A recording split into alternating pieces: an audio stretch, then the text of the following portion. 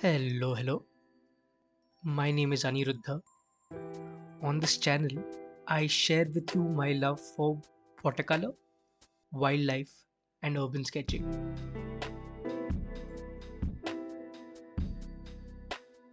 Today, I'm painting a bird I've wanted to paint for a very long time, but I've always been fearful that I would not be doing it justice. It's one of my favorite birds to observe in the wild. It's called a Lammergeier or bearded vulture. I started my process by first wetting down parts of the paper, parts where that big green wash is there now. I am starting my process by painting in one big connected wash. This wash will include a large sweeping background and parts of the bird being covered by shadow.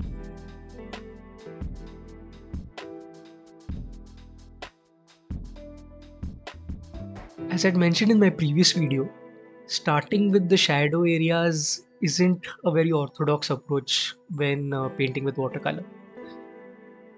But it's an approach that I've taken a liking to. I've been doing a lot of it this month.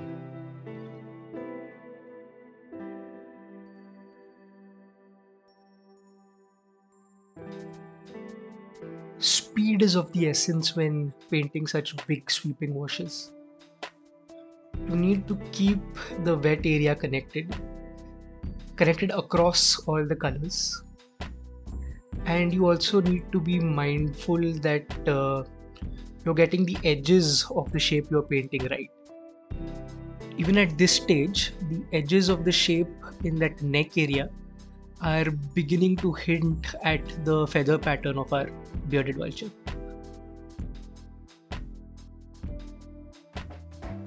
Every now and again, I spritz the wet wash using my spritz bottle so that it remains moist for a little bit longer.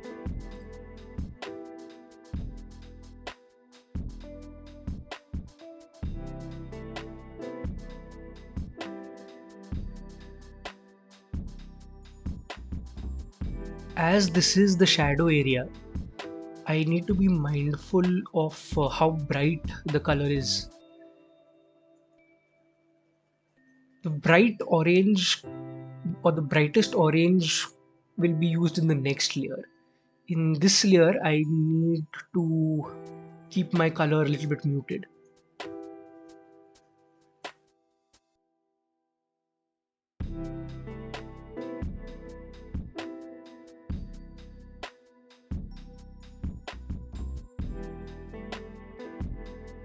I don't mind if that orange and green flow into one another at this stage. Once I put in the next layer of paint, I'll be able to separate parts which I want to separate.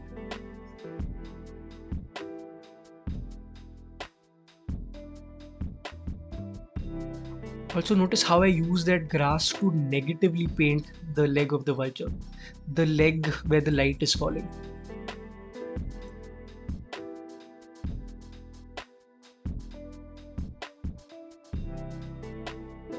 While this wash is still damp, I want to come in with some thicker, darker paint and splash it into the wet wash.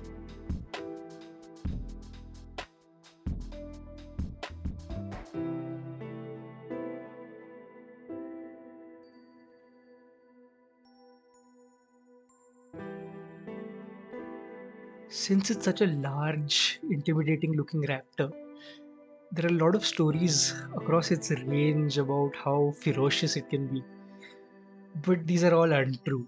I mean, like most vultures, this one too is a scavenger, eater of dead animals.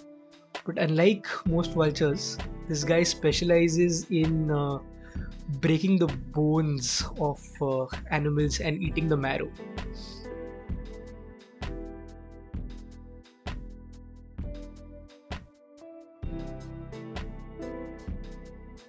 So this large connected wash is now done.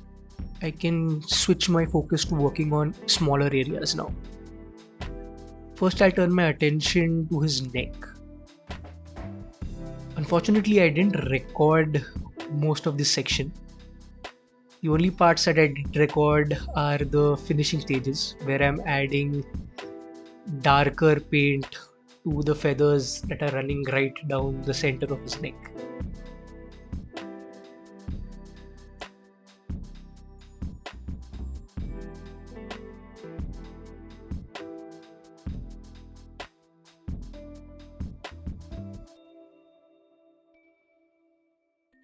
I'm moving my attention to the torso of the bird now.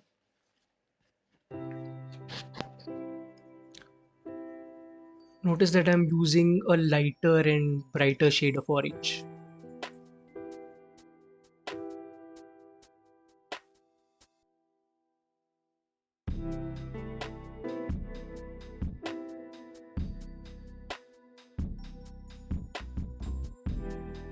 Looking back at it now, maybe that orange is a bit too bright.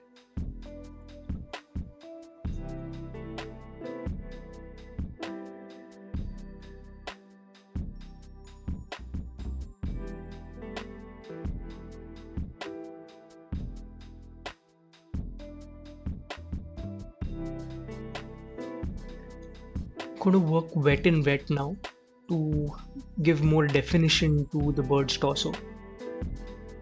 I'm going to demarcate some feathers on his belly. The goal is not so much to get the detail of the feathers, it's more to create a sense of form along his belly by changing the angle that the feathers can be viewed at.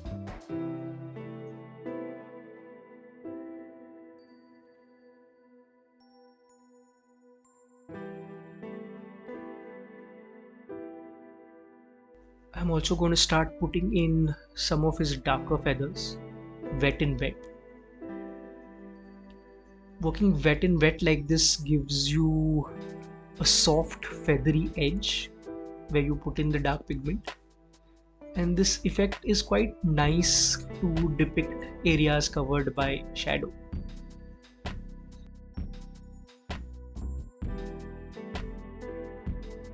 I was initially quite worried how I will depict all those complex patterns of those wings of his. This one I just put down quickly. Since it's covered by shadow, I don't need to be that detailed. Though I am using my fingernail just to pull out a little bit of texture. In the other wing, I will need to add a little more detail though.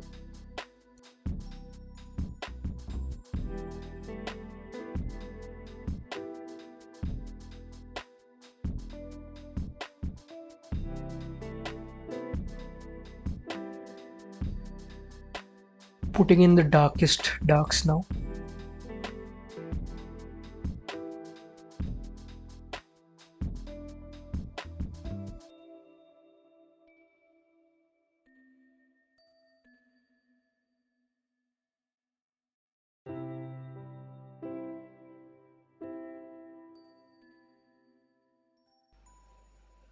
Just a bit of fine tuning, minor fine tuning needed here and there.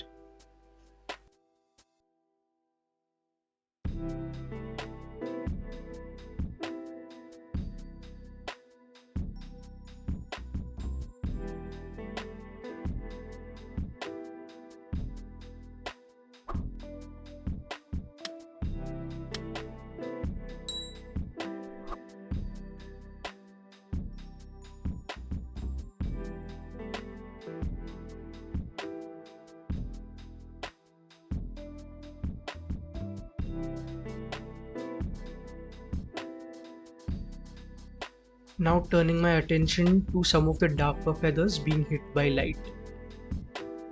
Here I don't need to go as dark as I did on the other shoulder. The color I am using is also of a warmer hue.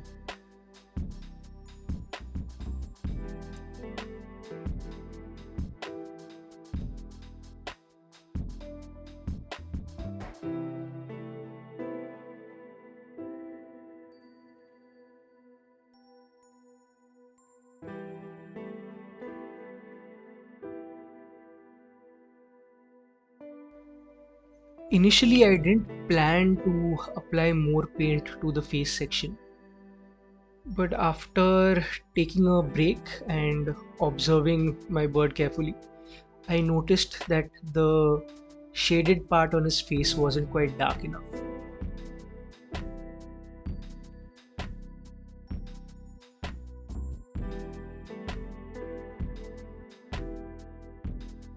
From this point onwards, I start working in smaller and smaller sections, and my speed of working becomes slower and slower.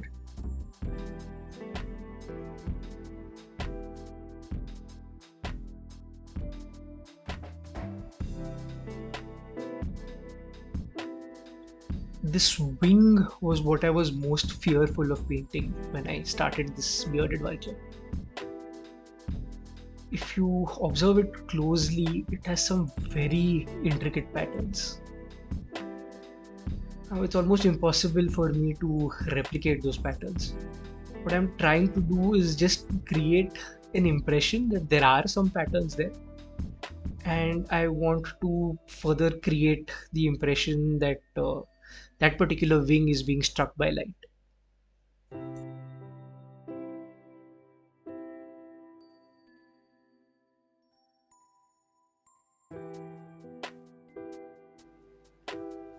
Since the video is sped up, I'm sure you're not noticing it, but I was being very slow and meticulous when painting this section, using two of my smaller brushes, size 6 and size 3.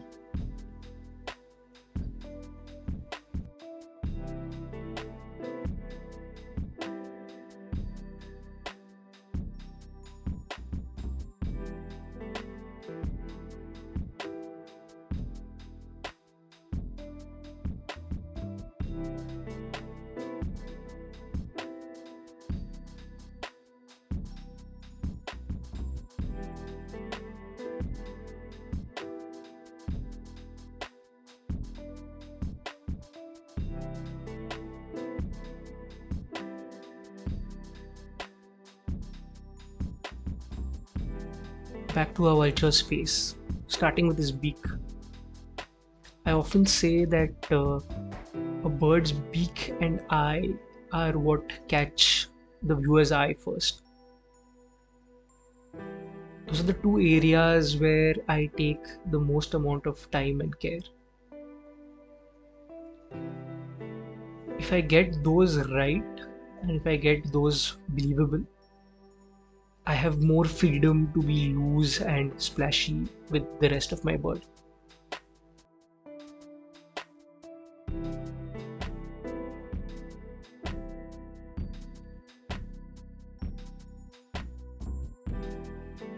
Now for his funky eyeliner and goatee.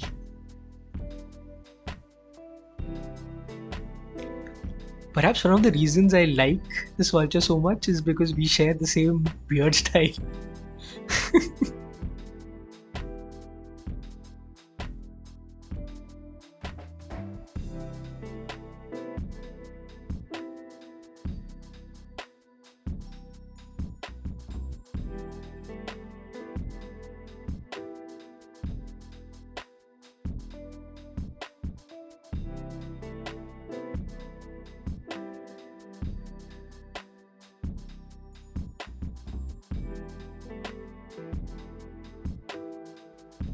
Slow and steady. I'm taking my time getting the edges right, using my smallest brush.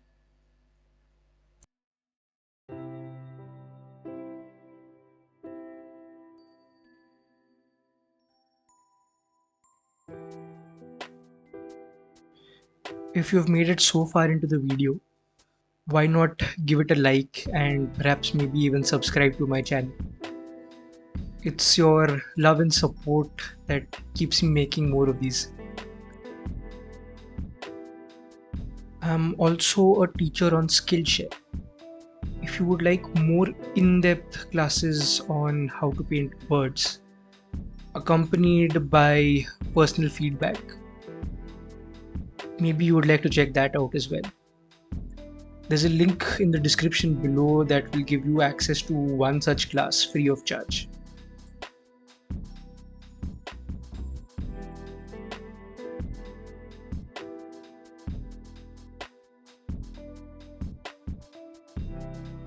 We're now at the end of our vulture painting. I like leaving the eye for the end. It's just so much fun when you put in that eye, the word just comes to life. That's a feeling of happiness. It's very difficult to describe.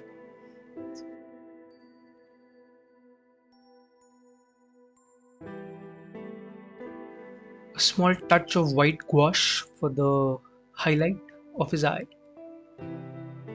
And we're done. Off with the tape, and that's our Lammergeier ready to fly. Thank you for joining me today.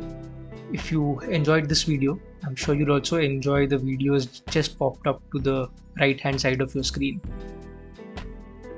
I wish you a lovely day wherever you are and look forward to seeing you again soon.